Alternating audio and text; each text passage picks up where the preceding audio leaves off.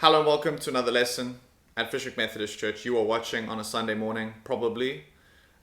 Today I'm going to be looking at some hilarious Christian memes as an introduction to today's topic, so let's jump into it. Youth pastor, I'm going to pick one of you to pray over us today. Everyone in the youth group. That's good. Yes, I like that. And what's funny about that is that I've actually seen that face before in my early days in youth leadership. Not a good idea to spring on the closing prayer at the last moment to someone in the youth group. Definitely learned my lesson from that one. But that face certainly looks familiar to me. All right, next one. I asked the lion in my wardrobe what he was doing there. He said it was Narnia business. None of your business. That is a classic. And that's great because that's also a dad joke, which I thoroughly appreciate. I like to think that C.S. Lewis would be proud of that one, for sure. All right, let's look at this one over here. When the pastor decides the whole church needs to fast. That's good. That's very good. And that's also the face that I would make, I think, Delm, if you had said, all right, everyone, we're entering into a 3 or 4 day fast. It would take a little bit of time for me to warm to that idea. And that is 100% the face that I would make. Although I'm not going to try and recreate it now because, who can make that face? It must be so great for her, like that little girl, she grows up and she gets to have this like iconic face that she can use to react to things. She's like a walking meme. You gotta love that. Okay, let's look at another one.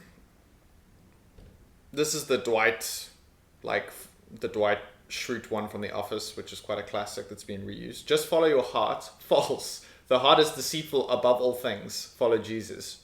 That's true. Follow Jesus is a very good place to head to. I like that one.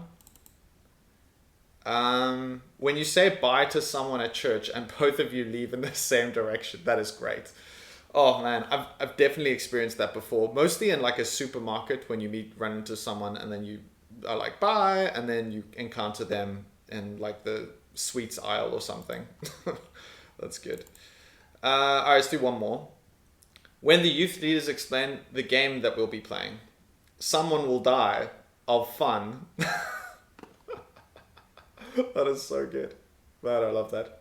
Now, you might be thinking, David, what the heck are you doing reviewing memes for today's lesson? That is a very good question.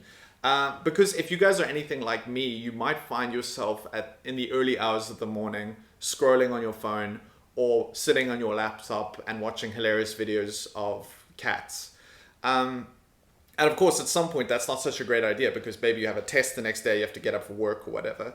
And this got me thinking about the idea of boundaries and the importance of boundaries. When I was growing up, I used to be so frustrated, right? Because my parents would be like, oh, you have to, make sure that you kind of get your work done. And at some point I would be playing games and they would just kick me off and be like, no, you have to actually go and do something productive.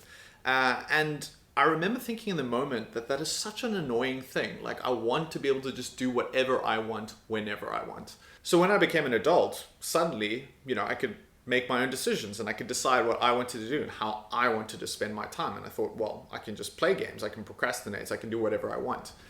And the thing that I failed to really realize is that there are obviously consequences. Your parents are not just making up rules for the sake of making rules. They're doing it because it's in your best interest not to spend 6 hours playing Minecraft.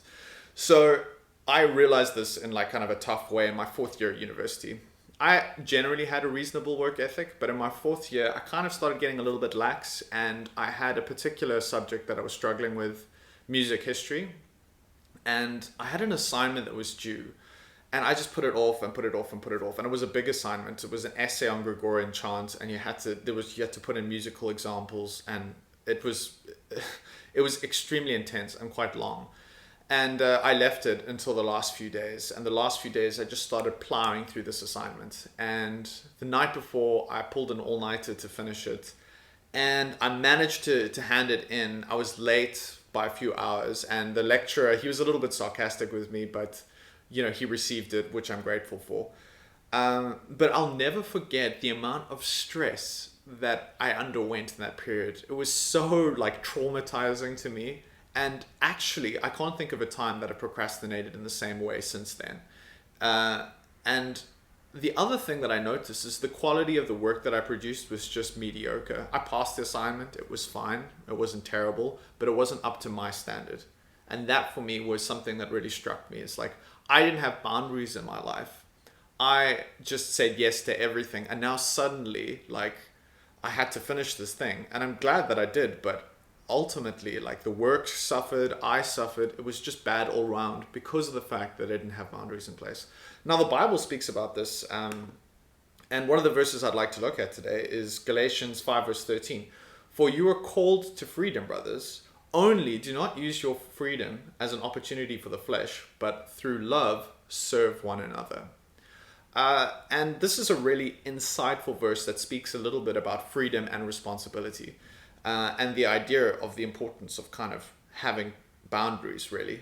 So I'd like to focus on the second part, the middle part, I guess, of the verse. Only do not use your freedom as an opportunity for the flesh. So yes, you can do whatever you want. You are free to do whatever you want. And maybe not now, but one day you'll be even more free to make decisions for yourself. But that doesn't mean that you can just do anything and things will be fine. It's still so important for us to understand the use of boundaries. Another verse puts it this way: all things are lawful for me, but not all things are helpful. All things are lawful for me, but I will not be enslaved by anything. That's 1 Corinthians 6 verse 12. Yes, all things are lawful for me in the sense that, you do have that freedom to make decisions. That's not exactly what Paul's speaking about here, but it's certainly another point that can be made is that, yes, all things are lawful for me, but not all things are helpful. And that's the part I'd like to focus on a bit more, is not everything that you do is necessarily helpful.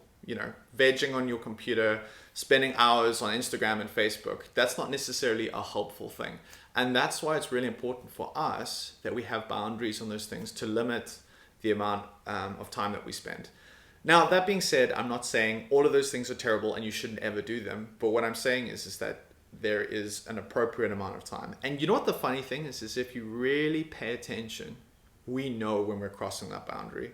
We know when we're spending too much time doing something. There's a very big difference between spending a hard day's work and then getting to the end of it and saying, I'll watch an episode of Netflix, or I'll spend a bit of time on my phone, or I'll play some games, in comparison with spending an entire day gaming. Because of the fact that, you're not limiting, you're not requiring anything in terms of discipline, and you're not putting those boundaries in place to be able to live a meaningful life. So these are some thoughts that I'd like to share with you. We're going to spend a bit of time in discussion. But if you don't make the discussion time, that's fine. I think it would be a good thing for all of us to reflect a little bit on the boundaries that we have in life and why they're there. And maybe if they're not there, what kind of boundaries can we put in place to make sure that we aren't spending unnecessary time procrastinating and wasting our life, essentially. So those are some thoughts. Hopefully I will see you guys soon, and have a wonderful Sunday. Bye, everyone.